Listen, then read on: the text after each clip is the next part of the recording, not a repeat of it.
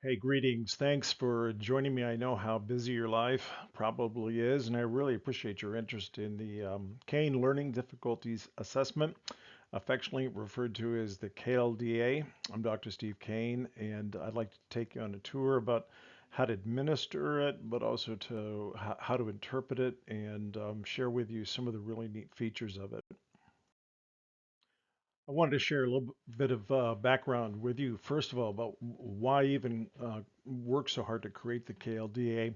I'm a first generation community college student myself. I'm the first college graduate in the history of my family. And when I was going to community college, I noticed that so many people had dropped out so fast, quite frankly. And transfer rates are still low. And then, quite frankly, it's very difficult to discover if an individual might have learning challenges, learning disabilities, ADHD, but a host of other issues that affect their retention. So I am a licensed clinical psychologist. I do a lot of neuropsychological assessments of ADHD and learning disabilities. And I'm also a professor emeritus of higher education counseling, where I spent a great deal of time teaching graduate students on how to become counselors. And they're employed in a variety of different settings. And as you note there, I've worked at four major universities, three community colleges, and have been a consultant to over 50 institutions across the US and have learned a lot about what they need. And then also, for those of you who are curious, you can pull up my LinkedIn account, get additional information on my background. And then, of course, there's my website. So feel free to take a look at that and give you more background that might be helpful to you. So, beyond what I just shared with you, the question arises, why the KLDA? And really, it is the first evidence-based and most importantly, affordable assessment to identify at-risk college students, especially those with learning disabilities and ADHD, before they drop out. And I was shocked to find there are really no sort of early alert tools available to college counselors and so forth. And right off the bat, the KLDA is really useful for clinicians, especially psychologists and neuropsychologists. They use it as part of their screening batteries to determine who might end up needing further testing for the services. And especially LD specialists who work in the community colleges and university system who work within disability resource centers and who would really benefit from a screening tool that would help. But the KLDA also really is also designed for instructors, first year experience, program staff and personnel, those who teach student success classes, and especially for those who run TRIO and EOPS programs, so that they can identify their students who are at risk, and again help them catch them before they fail. The other thing that I love, I'm biased of course, but I love about the KLDA is that it can be administered really by anyone.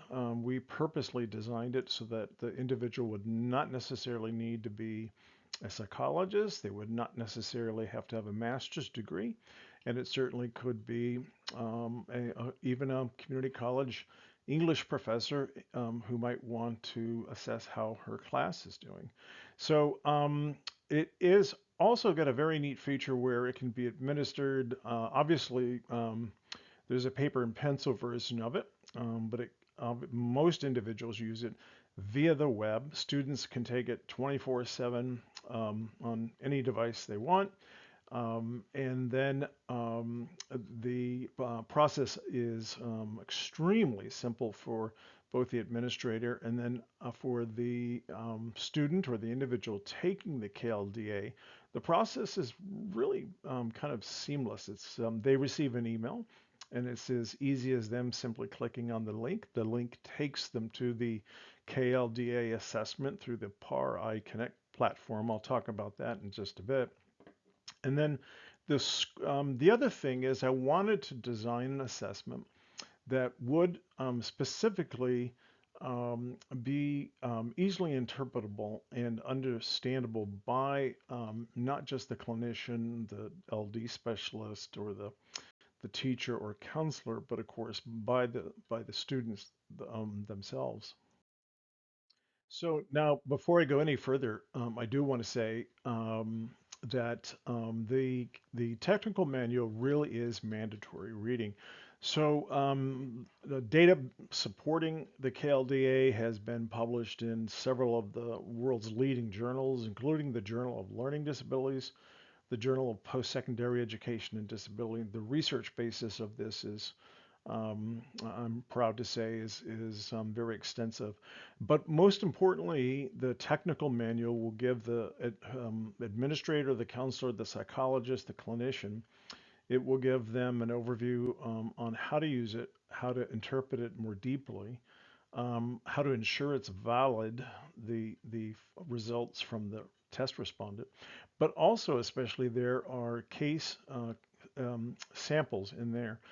There's four of them, and each one of those case examples represents somebody in the real world. Their identities, of course, are protected, but they actually represent the full range of students that might be taking the KLDA. So the manual is really recommended.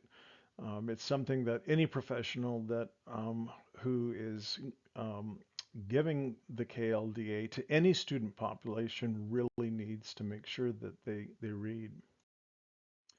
So to dive in and to give you a kind of a feeling about what the KLDA is all about, after doing multiple studies with up to 6,000 individuals who took an initial beta version of the KLDA via the web. These are individuals, and the KLDA is used across the US and Canada, but I've even have folks using the KLDA who are in the UK and in New Zealand, but predominantly in the US and in Canada. So the KLDA, when we did the factor analysis and an awful lot of data analysis, really what it came down to was assessing these 10 primary skills, and you can read about the skills. And this slide, you can pause it later on when you're viewing this, of course, and it will give you a detailed feeling also about the sub-skills. Now, we wanted to create an assessment that was not in the clinical language of DSM-5-TR, but in the actual language of how students experience themselves, and especially how they might struggle. So the test is a test in many ways of executive functioning. It does predict those who might be at risk of learning disabilities and ADHD, but it's also a great teaching tool for whether it be a counselor, a clinician, or an instructor who might be using it. And it's a great conversation starter to talk about how to improve a student's skill set. As you heard me say just a few minutes ago, most individuals, administrators, counselors, clinicians, and so forth, who give and use the KLDA, they give it via the web, and that, of course, that's where our respondents are, truthfully, regardless of their age, whether they're freshmen in college, at any kind of college, or whether they may be in a grad program, for instance.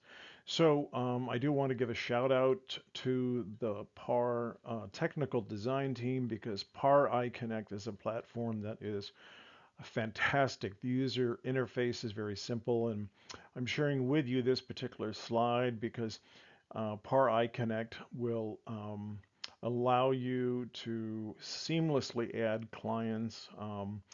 And if, let's say, individual clients, but also let's say you have a classroom of 30 students, you can add them. And once the information is entered, primarily their email and then some demographics that you see here, with a click of a button, an email invite is sent to all of them. And again, on the client side, they just simply have to click a simple button and it takes them right to the assessment. They're not going to get lost, and the interface, the user interface, is actually beautiful. It's easy, and again, it's for the respondents or the students taking the assessment. It tends to be a lot of fun. Now, do remember this, I'm giving you kind of a flavor of what it looks like, how it works, and some things that you might want to think about. But this is why the technical manual is so important, because the administrator really does need to be trained in the science behind the assessment and actually how to interpret it, especially complex cases. But here is an example of the score report that not only you get, but the student gets. And this is what's generated. In fact, it comes to you first as the counselor or the administrator, and then you can email it to the student. And then that allows you full control about when you want to interpret it with them and how. So individual clinicians, psychologists, and so forth can use it in their own way, but so can student retention people and student success folks might use it in a different way. For instance, it's often used, of course, in student success classes during their first year so that students, again, can identify their weaknesses before they fail. The one thing I wanted to add here, too, is that, to my knowledge, it's the only normed, more sophisticated assessment of a college level learning skills and executive functioning. So it gives students a normative comparison of where their academic skills are at relative to their peers, something that many college students are interested in but don't know. So the interpretive report that's generated is essentially the same for the counselor as it is for the client.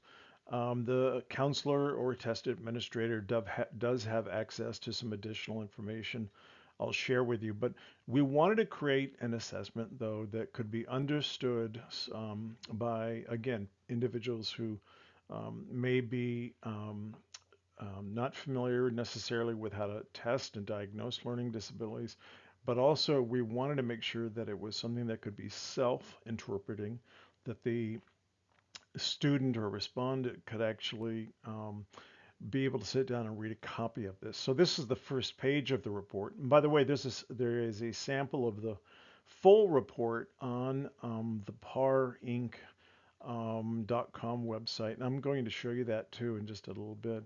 But the one thing I wanted to highlight here is that they are, right off the bat, both you and the student is given an overall academic at riskness score. So this is actually a sample that the purple band in the middle indicates the average range about where we would expect students to score. And by the way, students who score over here on the left, lower risk, these tend to be stellar students who have no learning disabilities or ADHD and who are likely to be successful. It's the students that score to the right here who are at higher risk. And it was this scale. This is the sort of meta scale. This sample, the person is at the 90th percentile. And note that this suggests that this is a person who's going to need intervention and help. And it is easy to interpret both for you and for the student. So I think on the second page of the report that's generated, and it is, by the way, obviously an easy to read report, and it is, I'm proud of this. It's very intuitive and it's very graphically designed. So the user experience of reading the report is purposely designed to be graphically driven, but also very practical. So this is actually what the summary page of the report would look like, that the respondent or the student, the test taker, would see. And you could see that for each scale, but also for sub-scales, scores are given, and then scores that go to the right would indicate their areas of at-riskness. And this is really important because obviously you are going to be able to discuss these with a student or a group of students at the same time. And this profile, in fact, would suggest somebody who needs some intervention. And in fact, in this case, in this profile, this is probably someone who has a significant, possibly a dyslexia, and would really benefit from further testing. Now, another neat feature, and this is, I think, rare. I haven't seen this in any other instruments. And again, to my knowledge, there's not another instrument like the KLDA in this space that such a wide audience of users can use. But in particular, for both disability resource staff, but also for student success folks, but also for individual clinicians like psychologists and neuropsychologists. But finally, especially for the student, the report can generate, I believe, about 4 pages of both interventions and accommodations that will help the student. So it informs not only the student about how they can improve in areas of weakness, and but it also informs disability staff, for instance. It informs first year experience counselors and advisors, and of course clinicians about accommodations that the student may really need through their particular community college or university. Now, I've covered a lot of ground in a short amount of time because I want to respect your time. And I know that watching a video over 2 minutes seems like eternity these days. So I want to thank you just for listening in. Remember that PAR Inc. really is a fantastic company. You've got fantastic customer support. And then, as you know, you can reach out to me and contact me in a number of different ways. And again, my contact information is all up front. So thank you again. I really appreciate you listening in on this presentation.